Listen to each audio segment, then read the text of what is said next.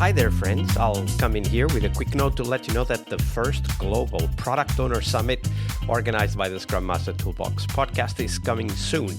To know more, check out the bit.ly/Product Owner 2023. That's bit.ly/Product Owner 2023. That's all one word, all lowercase. And stick around to the end of the episode to know more. But for now, on to the show.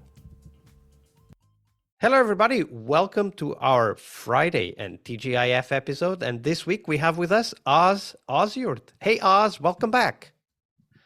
Hi, Vasco. So, Oz, Friday is Product Owner Day, and we'll talk about what great product owners sound and feel like in a minute. But first, let's dive into the opposite of that, the anti-pattern. So share with us what might have been potentially the worst anti-pattern for a product owner role you've witnessed in your career. Oh yeah, this is wonderful questions. It's hard to pick one, I'll be honest. But first of all, they're all good people as a human being. But they're just, I don't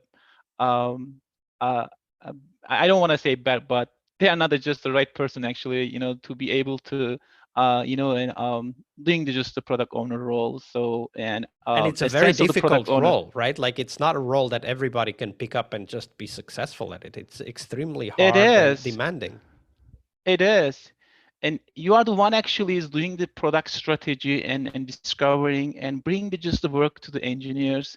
If you are not bringing the right work to the engineers, basically you set the team to fail. So you are, as a product owner, you are the key person actually. So bring the right requirements, right products, and right features to the engineers actually to be able to execute it. So its sense of the product owner role is just taking the ownership of the product. So you need to just have that this is my product. This is something, and you need to attach the product if you are really being a product owner. So if product owner is not doing the good job for product discovery and product strategy, then again, you set the team to fail because based on your plan, actually, team actually is getting executed to your plan. So if the customer is unhappy and whatever outcome actually you delivered, and you don't know the walk us through of your product. That specific example. So you said that this particular product owner didn't feel like they owned the product. So what did that mean in practice? Can you give us a few examples? Yeah, sure.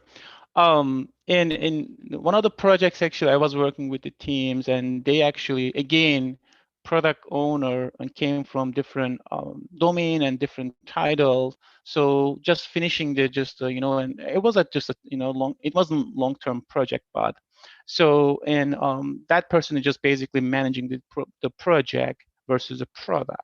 So team had to face a lot of challenges and about the backlog shortage and no prioritizations, all the requirements were not concise, and then team was just working under the pain. So was it so that the product owner was more focused on creating tasks and giving them out to the team instead of understanding the vision and the direction of the product? Is that what you mean? Yep, it is. If you are just driving the product from the customer perspective, customer centric perspective, even the value perspective, make sure that every little work, every user stories, you are still adding the values to the customers. If the work itself, it doesn't add any value, basically you are actually, making up the work and doing the work without looking for what is the customer, what is the impact to the customer, what is the value we are adding to customers. That is kind of just the mindset of the product owner. I call it product mindset. If you don't have this mindset, you are actually creating a task and giving the engineers to execute it, and then what? And meaning actually is nobody use it. If nobody use it, and then you are not really so just kind of the PO was more like just trying to keep the team busy in that sense. Product owner was acting like manager. So I know and managed just the backlog. Even not was able to manage the backlog, they had always actually faced the backlog shortage. So they didn't really have to work actually in backlog.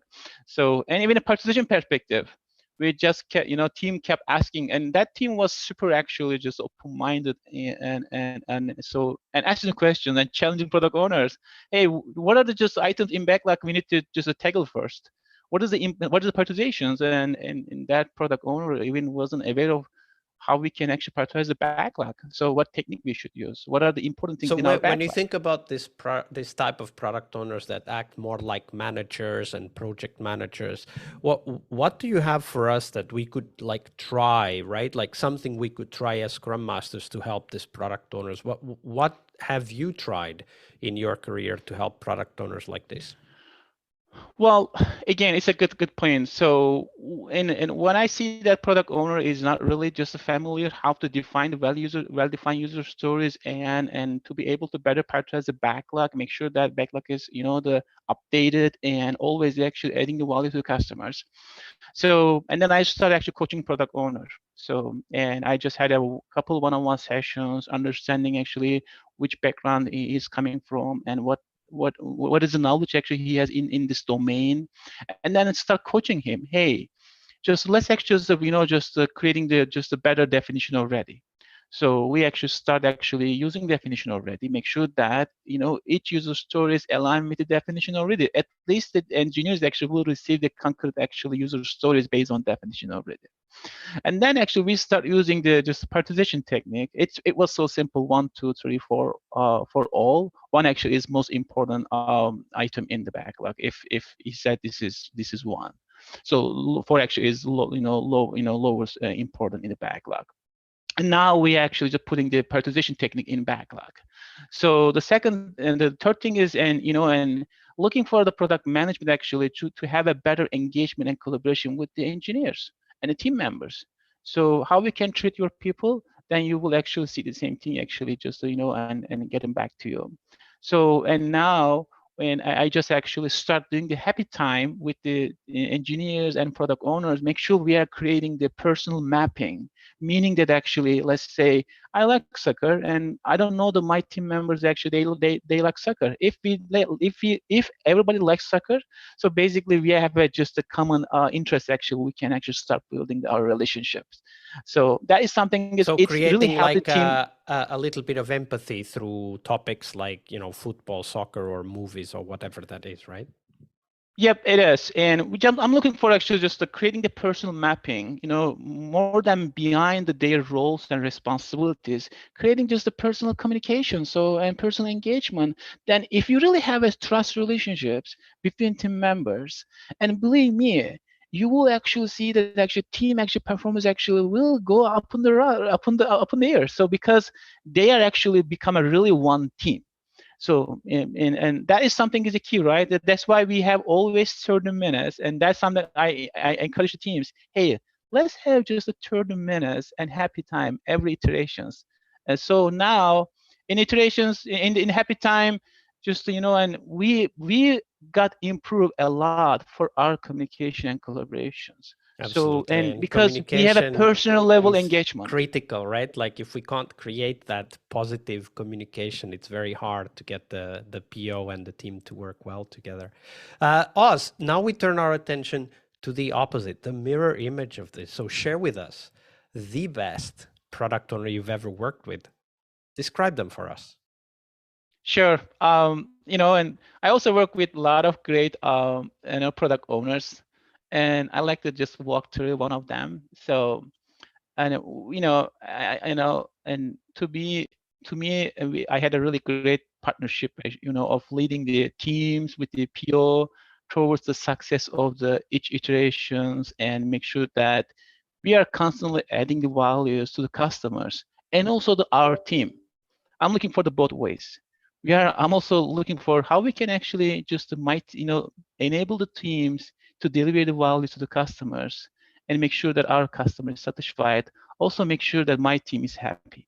So what they are doing actually every day. So, and that PO was actually pretty new in agile environment. So he was very open-minded and very knowledgeable the domain of the product. But he was clearly know that, he was really know what needs to be built, and communicate with the team. He was very just open-minded to communicate with the team, and also what needs to be delivered to the particular sprint along the way. So he was very strong. Why needs to be built and explain the team, make sure that team is So aware of actually. So tell us a little bit more about that. So you said that he was able to explain to the team what needed to be delivered and how it needed to be delivered. But what gave the product owner that ability? Was it that they were an expert in the business that the product was supposed to be in? Was that they had, maybe regular conversations with customers? Like what was that skill or that approach that helped the product owner to concretely define the value and explain why to the team? Well, definitely he was very strong in the domain of the product. That is, and that is one of the keys actually to set the team to success. The second thing is he was literally leader of the team. I never seen he was like acting manager, and he was one thing is I like to mention about it. He was looking for the team actually to pull the user stories from the backlog versus the pushing the user stories in the backlog. He was looking for the, hey teams, this is just the ideas actually, this is just the potential user stories, and I'm just thinking in my mind. So when you look at the product backlog, do you think which user stories actually we should actually take it actually, and into the execution backlog? Meaning actually just pushing versus pulling. So he's enabled the team to pull the user stories by themselves rather than actually product owners assigned to them. That is actually part of the mindset and part of the leadership skill set. So, and third thing is, and I will say it's part of the leadership skills. He always actually just acknowledge a team. So whoever actually did extra, just whoever actually was the help the team to achieve the iteration goal. And end of the iteration, usually I just saw that, and every Friday he was actually just put somebody on the spotlight. Hey, this person did ABC accomplishment during during the last iterations. Let's actually just acknowledge that person. So, and I was so happy that the PO was actually just bring the appreciation culture into the team rather than actual blame culture. So he was actually also leading the appreciation culture in the team. And then now what happened next? So we had such a great culture, and everybody just acknowledging each other, even the small accomplishments. So again, what I said before, product owner and Scrum Master, they are the one actually is as a team level leader to lead the team to the success. Yeah, absolutely. And that partnership is so critical, right? This is why we're putting together the Product Owner Summit this year to help Scrum Masters, Agile coaches, and product owners to understand the different facets of their role. That partnership is so critical for the team to feel supported and helped, and of course also encouraged, right? Like we like that PO that you were talking about did encourage the team to bring their perspective into what stories would be more priority, because they have a different perspective. They're looking at it from a technology innovation perspective, which is not always what the POs do. It is. As a team, we own the process rather than actually system own us. So, and this is stand to me, and we are all together in this journey, and everybody is a member of the team and working together towards the one goal versus many goals. So that is something that just keep the team together to achieve and the goal actually, and constantly deliver the better results to the customers. And that is something just kept the team together. Absolutely. And great story. And thank you for sharing that with us, Oz. We're getting close to the end, Oz, but before we go, do share with us, where can we find out more about you and the work that you're doing? Yeah, definitely. You can find me on the LinkedIn. I'm pretty active on that. Absolutely. We'll put the link on the show notes for people to find your page easily. And also, why not just go in and ask a few follow-up questions. It's been a great week, Oz. So thank you very much for your generosity with your time and your knowledge. Thank you so much for having me, Vasco. Hi there, Agile friends. Thank you for sticking around. This year's first global summit dedicated to the product owner role in Scrum will have some amazing keynotes and 2 tracks filled with first-hand stories and experiences for product owners to learn more about that critical Scrum role. We'll have Roman Pichler, author and product expert who'll be answering your questions and sharing the most important aspects of the product owner role. We'll also have Colleen Johnson talking about why roadmaps are probably making your life much harder than it needs to be and what to do instead. This talk was quite a success in Agile Online Summit 2022, and Colleen has learned some new tricks, tools, techniques that she will share with us when it comes to roadmaps for the product owner role. And we will also have Henrik Nyberg, author of Scrum and Kanban from the Trenches, as well as one of the creators of the Spotify model. So come in and listen to his stories. And we'll also have, of course, 2 tracks with many more sessions and even some live sessions. The 2 tracks will cover practices every product owner should know, where we'll be hosting conversations on topics that product owners need to be familiar with, like backlog refinement, planning, and much more. The second track will be on metrics, measuring product and personal success as a product owner. As product owners, it's crucial to have a clear understanding of what are the metrics that drive success for us, and of course also for the products and businesses that we work with. And we need to continuously measure and optimize those metrics. So in this track, we'll be sharing what's working and what's not in the area of measuring success for product owners. We will also have the opportunity to network with our peers. It's a network event, of course, so get your tickets and join our Slack. Go to bit.ly/product owner 2023. That's all one word, all lowercase. As always, we will have free tickets and VIP tickets, which will give you long-term access to the content of this summit. So check them out at bit.ly/product owner 2023. All lowercase, all one word. I'll see you on the summit floor. One more week of the Scrum Master Toolbox podcast is over, but there's a lot more we have to share. We have developed our own membership site where you find a community of active and engaged Scrum Masters. In this site, you get access to exclusive content and get to interact with us, your podcast hosts, as well as the best Scrum Masters in the world. So join us at scrummasterpodcast.com and keep this podcast free of advertising. See you next week for one more full week of Scrum Master tips